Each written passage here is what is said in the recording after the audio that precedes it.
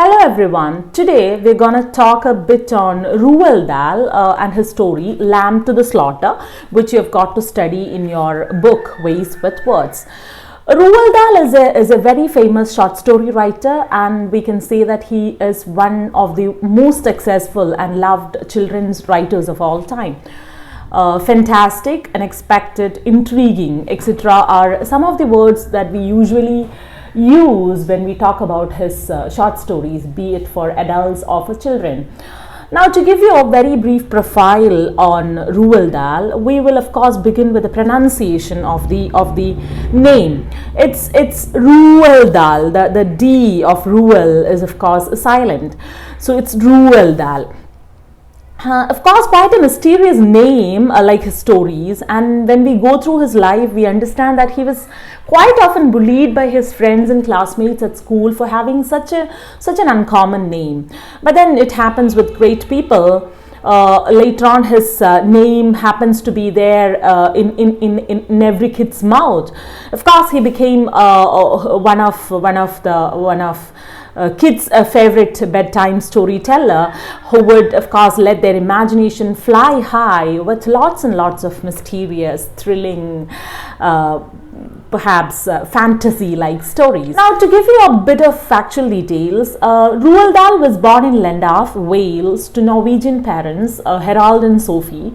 Sophie was Harold's second wife, and when Harold died, our little writer Roald was just 4 years old.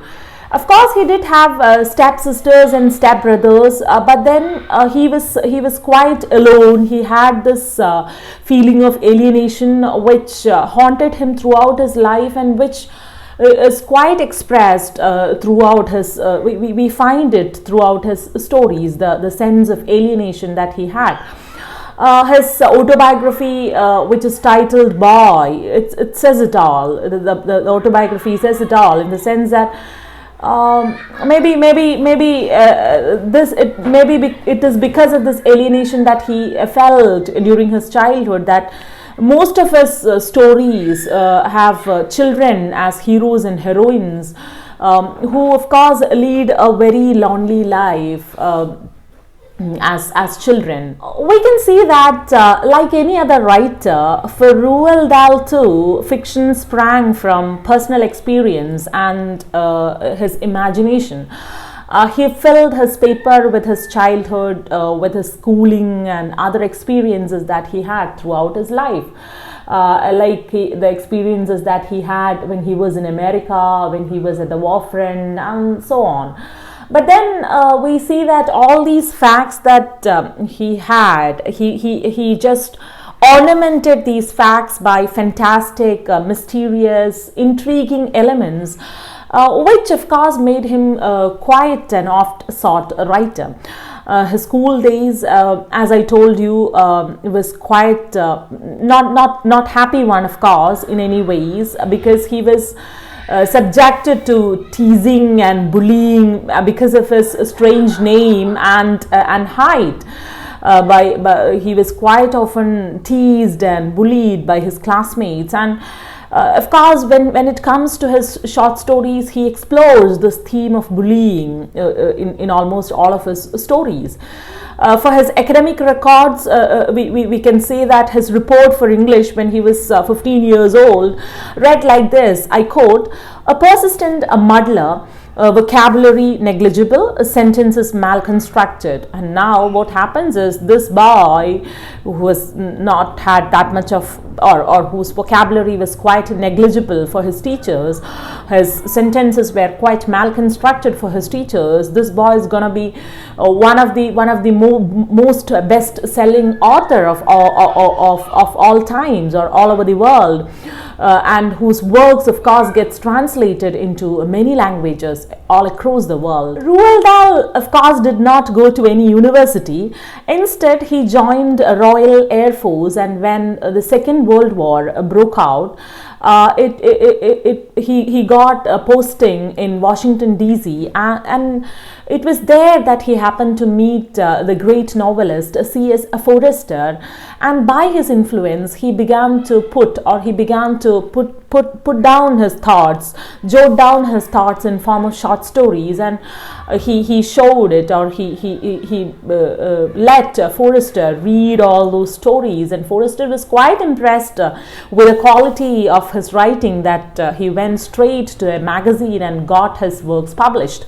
Now thus began the career of this great writer, and later on, even after the war, writing turned out to be his lifetime vocation. Roald Dahl had 5 children, 1 son and 4 daughters in his first marriage to Patricia Neal.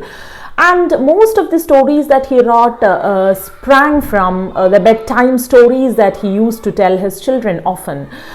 Raising 5 children, telling them stories, writing stories for children. Roald was, of course, quite bored with the company of adults. He liked the company of children more. After his son suffered from a major brain damage, he, with the help of his friend Stanley Wade, who was a hydraulic engineer, and Kenneth Till, who was a neurosurgeon, 3 of them, they invented Wade Dahl Till, which was, of course, an equipment which was a cerebral shunt, which was used for hydrocephalus. By the time the device was perfected, Theo, his son, had completely healed, but then, of course, it turned out to be quite beneficial for many children around the world before further technological progress was made. Though you can, of course, debate on the characters in his children's stories, like wives feeding husbands worms, young people eaten by giants, adults who are always villainous in every way, teachers who are villainous. Of course, these kinds of negative characters always come and go in his stories. We can, of course, say that he is a wonderful children's storyteller who creates a sort of an urge in children to read and imagine more. In addition to his popular children's novels and stories, which of course does have its magic and its uncanny fantasy to it, he has published 50 plus short stories for adult readers. All of those stories are also quite intriguing tales, and readers are often haunted by the characters and the plot. Even after you have closed the book, it just, the characters and the plot, of course, haunts you for long. Now some of the works that he has written goes like this: Over to You, Sometime Never, My Uncle Oswald, it is a novel, Kiss Kiss, Switch Bitch, James and the Giant Peach, Charlie and the Chocolate Factory, The Witches, Matilda. These are of course some of the important works written by Roald Dahl. Now, before moving on to the story Lamb to the Slaughter as such, let us, of course, I'll just give you a very small detail on the features of his short stories, which obviously you can find in the story that we are going to learn. The first thing that you would find in his stories are, most of the stories does have a very ordinary opening. The starting point would be everyday life, everyday characters, and the incidents, and the story moves in a very easy way. I mean, in a very calm and quiet way, but then it does have a gradual building up of a tension. Then you have a simple twist of fate, moments of horror, moments of fantasy, moments of the ironic and artfully delayed endings. That is one feature that you can find in the story. This is how his stories go. Now, the second thing is, the stories, usually when we read his stories, we find that throughout the story, it just keep us guessing about lots and lots of things which would be unsaid. about like what is going to happen. You have quite a suspense in his stories, like what is going to happen. Sometimes you do have a tinge of disbelief in you, thinking like, can this really happen? And we will of course think about the victim and the culprit alike. Another thing that we find in his stories is of course we do find a sort of an unexpected ending, which is quite common to most of his stories. Endings always take the reader by surprise. Sometimes it's not quite predictable, in the sense that sometimes the endings would be quite comic, sometimes it would be quite tragic, sometimes a likable character wins, sometimes an evil or disliked character wins. We find that the endings are of course impossible to predict in that way. Another thing that we find, or the fourth thing that we find in his stories, is this characters in his stories. The characters in his stories find themselves in unusual situations, in extreme situations, or in helpless situations, and sometimes we and the characters laugh at those situations. Quite uncommon, quite tragic situations, but then we laugh at those situations, which gives rise to black humor, of course. Now, this story that we have got to learn, A Lamb to the Slaughter, it was first published in Harper's Magazine in 1953 and was later included in his short story collection, Someone Like You. Now, what I'm going to do is, of course, you are going to read the whole story from home, and what I would like to do is, I'll just give you one or two readings of this whole story, or sort of an analysis, not as a summary as such, but then a sort of an analysis. And as I usually tell you, what happens is, you can of course, literature is something where be it short story, be it novel, be it poem, you can have your own readings. No book is closed, in the sense that I make a reading and don't feel that the whole book is closed. It's just a beginning, right? I give a reading and you have another reading to it, and it's open to all. It's open, very open. It's multi-layered, it is. So I would actually give you a very brief analysis of the whole story. I'll tell you the whole story. In between, I'd be trying to read it in my own way.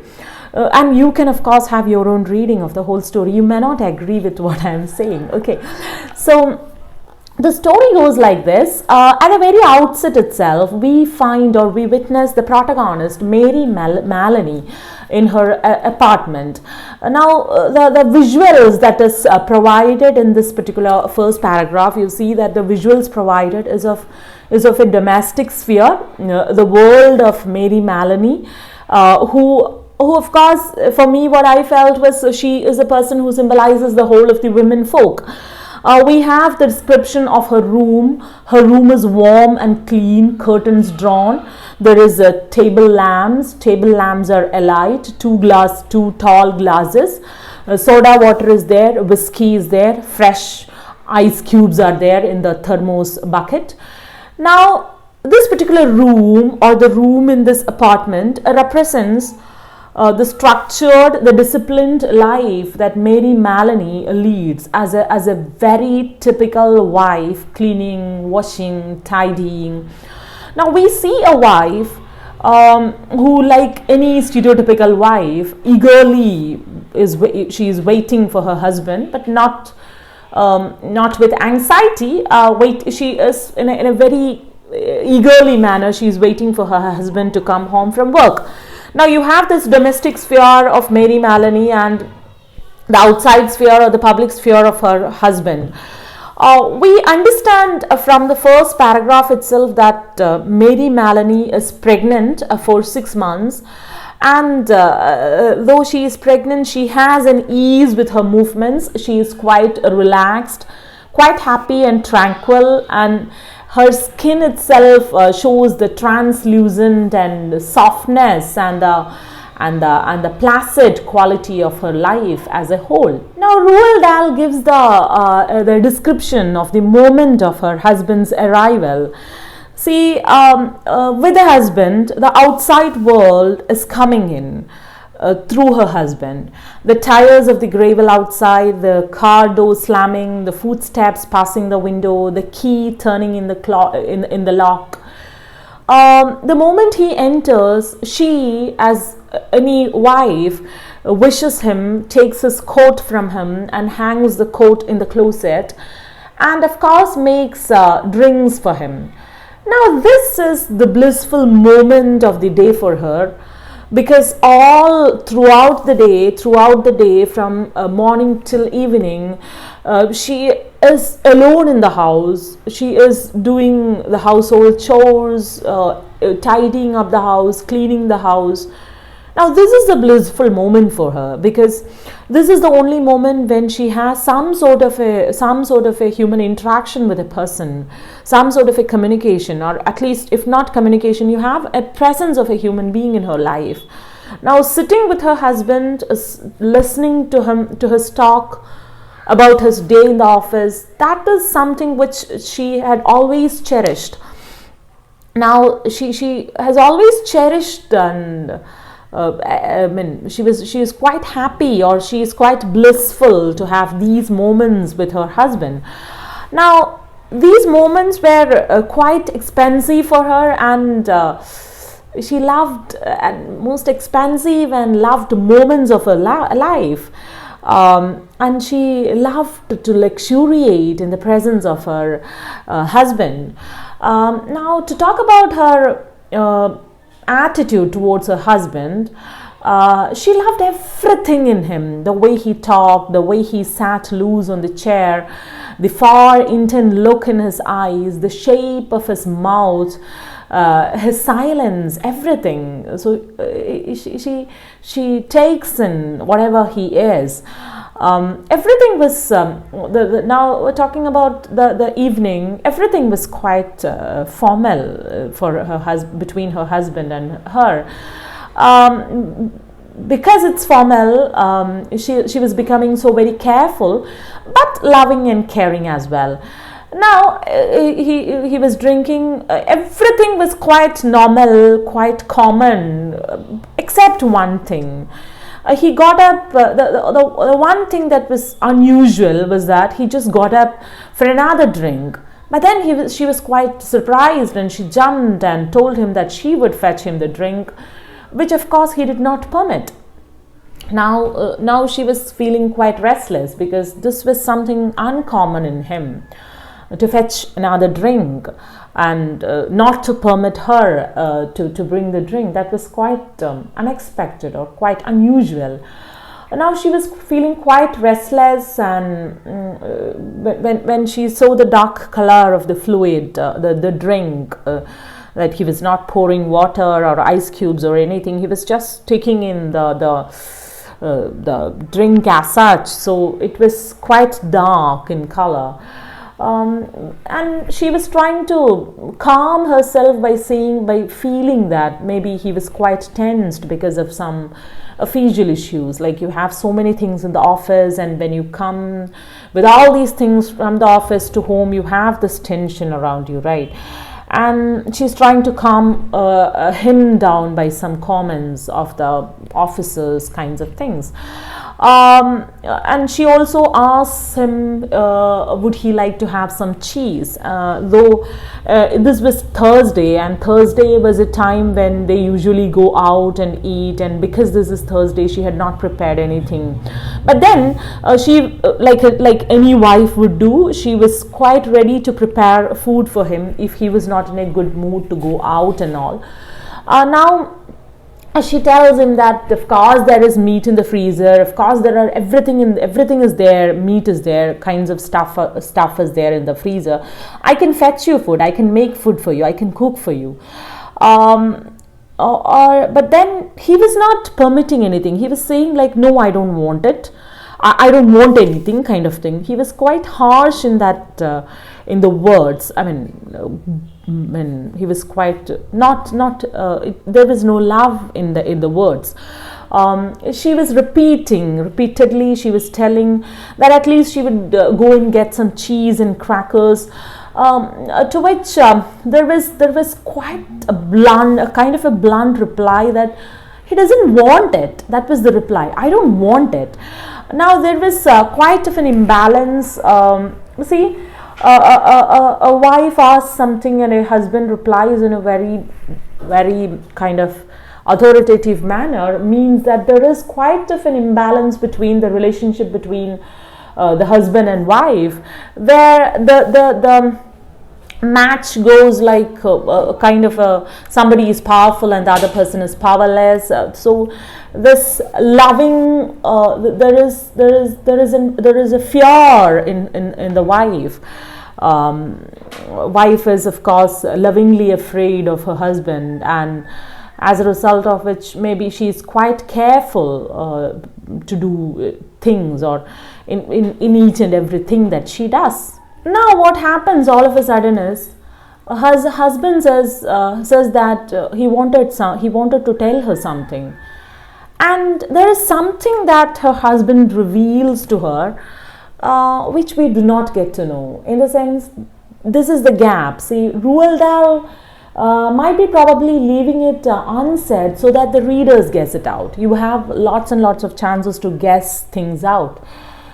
We are of course given lots of clues regarding it, and from the clues we understand that it's probably that her husband had decided to leave Mary. From the sentence that he says that I'll give you money and see you are looked after. It's there in your book. I'll give you money and see you are looked after, and there shouldn't be any fuss as it would affect my job. So here Mary is not supposed to create any sort of fuss. We do not know what he had said to her, but we assume that Melanie or her husband is of course leaving Mary, and there should not be any fuss because that would affect his job. Now he was of course ready to take care of her financial needs, probably, as if that is the only thing a woman needs. He was just not bothered about the decision that he was imposing on her. Now it was his decision altogether to leave her. He was not at all bothered about the emotional side about her, emotional side of her, about their kid, what is going to happen after she gives birth to a baby. He was also concerned only about keeping his head held high, in the sense that you should not create any fuss because that's going to affect my job. He didn't want her to create any sort of problems which would affect his honor, probably. So honor was much more important for him. He wanted to leave Mary Maloney, and he was not at all bothered about what she would be feeling as an individual. He was kind of imposing his decision upon her. Now here Roald Dahl is probably trying to build up a sort of a tension gradually, in the sense that the moment she heard all these things, she couldn't believe, or she couldn't take it in. She was in a shock. She was quite traumatized. She felt, and you would feel like if you want to believe, you should pinch yourself. That kind of a thing was there. She felt she wanted to feel that nothing had happened, nothing of this sort had happened.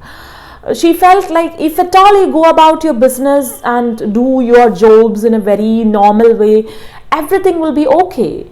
But nothing was okay. Everything had turned upside down. Yesterday was okay, the moment before was okay, but this moment onwards, nothing was okay. She felt like vomiting, she felt like nausea. She couldn't feel anything. It was as if she was completely frozen. She was not feeling that she was walking.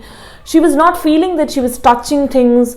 I mean, everything was frozen, and the very next moment we see the refrigerator, right? The whole of her appearance, the whole of her emotions captured by the by the frozen stuffs inside the refrigerator. Now, Roald Dahl is, of course, as I told you, probably he is trying to create a sort of establish a sort of tension gradually, which is well described in the acts that she does. She goes straight to the kitchen to cook something. She opens the refrigerator, and refrigerator is something which expresses her complete state of mind, the frozen state of mind. And she takes a leg of lamb, which was of course a frozen, and there is the building of tension and to the zenith. And before we know what has happened, she goes upstairs to ask him probably if lamb was enough for him for food or not. But then what we see as readers, we see her walking towards him, and all of a sudden swinging the frozen lamb and banging it on his head, and thereby killing him. So it was all of a sudden that all these things happened. She took the lamb from the freezer. She went to him. First of all, the thing that probably she had in her mind would be like, do you want this? Should I cook this, kind of thing? But then all of a sudden, in the spur of a moment, we see that things had happened. Like she just hit him, he was killed. And it was hit using a frozen lamb, and it was as if you are hit by a steel club. It's frozen, so it would be quite hard. Now here is of course the twist in tale. Now you have a murder. Now you have a clear-cut murder. Now, of course, literally we can read it as a murder, a wife murdering a husband, but I would like to read it in quite a different way. I would, of course, try to read this slaughtering or this killing of Patrick Maloney. Patrick Maloney, that is the name of her husband, which is, of course, revealed later on. Now, how I would like to read this is, I would like to take Patrick Maloney as a typical father figure, a kind of a Caesar whose word was the law of the land, word was the law of the house at least. He was the subject and Mary was the object. She, of course, did not have an agency to speak. She was the lamb who was taken for the slaughter. This lamb, Mary had a little lamb. I hope you are familiar with that. This lamb, Mary, was quite innocent, quite helpless, couldn't decide for herself, couldn't voice herself, had to take in whatever her husband was saying. Patrick was a shepherd who took the lamb to the slaughterhouse.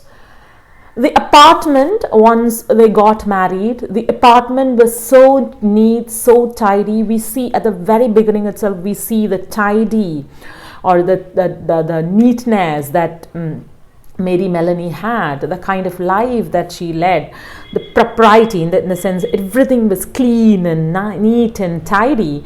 All these things was done at the cost of the lamb getting slaughtered. It was the lamb's blood, or so to say, it was Mary's blood, the efforts of Mary, which kept the home clean, via the home clean, of course, the marriage clean.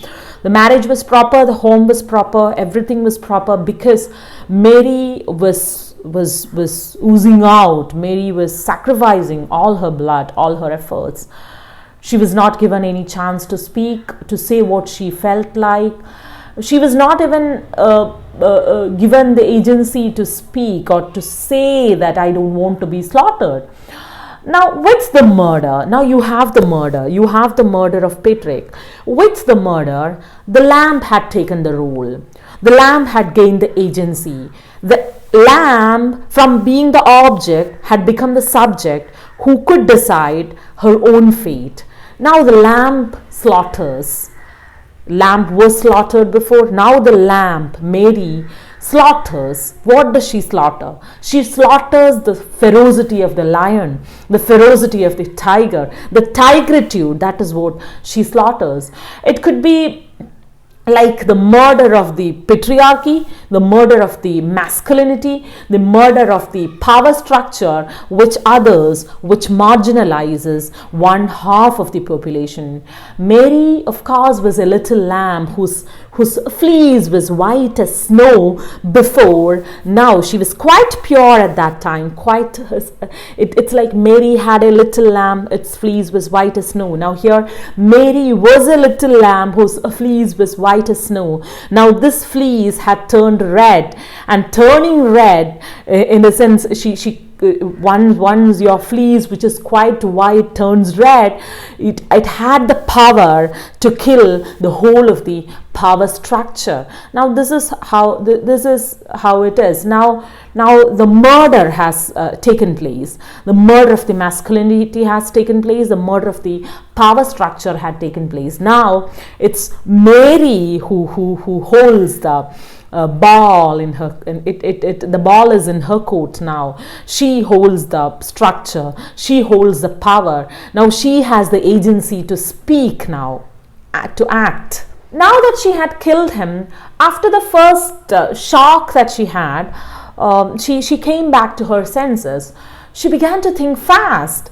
Before, she was a person who did things without thinking, or according to the whims and fancies of her husband, according to the patriarchal norms probably. Now, thinking means she had gained agency. She began to think, and with thinking she began to act according to her thinking. Now, as a murderer and as a wife, she was ready to accept the penalty, but not as a mother. As a mother, she needed to take good care of her child, and a jail was, of course, not a good place to be in. Now, while the lamb was getting cooked in the oven, in the sense she took the frozen lamb and put it in the oven, and she began to boil it. Now, as the lamb was getting cooked in the oven, she was thinking out a plan. She wanted to create an alibi. After making after rehearsing so much, she went downstairs to the grocery shop where there is Sam. To Sam she went and she bought potatoes, a can of peas, a big slice of cheese. Now this was quite an unbelievable part of it, and you do have these kinds of unbelievable parts in Roald Dahl's most of the stories. Can you do that kind of an acting? Can you think that way? She went there, bought all these things, had conversations with them just to create an alibi, and she was returning as if nothing had happened. Of course, what happens is when you think, can you believe this? In the sense, can you do all these things? Once you murder somebody, can you act normally? But then, in Mary Maloney's case, Mary Maloney had not killed her husband, she had killed her innocence as well. Now, once you slaughter your innocence, now it is lamb to the slaughter. You should be very careful about the title. Okay, now once you slaughter innocence, you can do anything, right? She prepared herself even to enact a shock. Everything she did was quite natural. She was able to enact. She was able to act things out in quite a natural way, and she could feign the horror and the grief of death. And then after an extent, what happens is acting need not be necessary, or acting was not necessary, because obviously we see that, or we find that she loved Patrick so much. It was on the spur of a moment that she killed him. Now, of course, she loved Patrick so much, and she did have that genuine love for him. So, yeah, after enacting everything out, after the horror, after the grief, she called the police, and the police obviously came for inquiry, and she had a perfect alibi. So nobody did doubt her. She narrated the whole story of a wife who wanted to cook a perfect dinner for her husband, going to the grocery and coming back to find her husband dead. That was quite unbelievable, in the sense that, not the story, in the sense that she was telling stories. In the first part of the story, we find a wife who is so very submissive and silent. We find her knitting, and she is very silent, she is very careful when talking to her husband. She just uses very few words, right? Now this wife had stories to tell.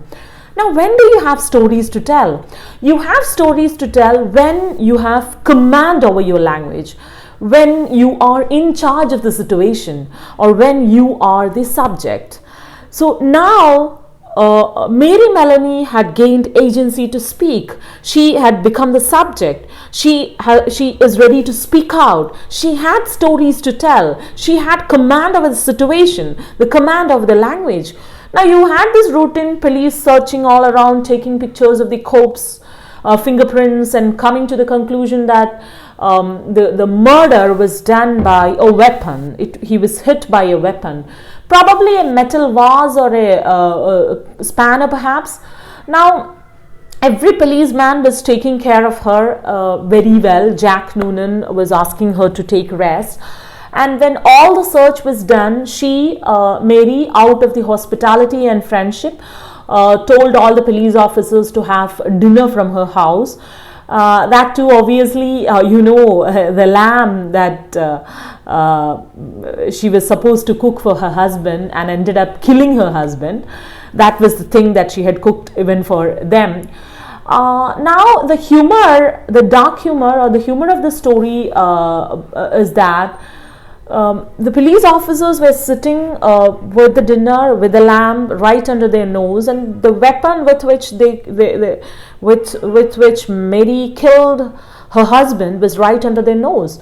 The weapon's location, that is right under the nose, that is what at the very end of it we see that just a sec, we see that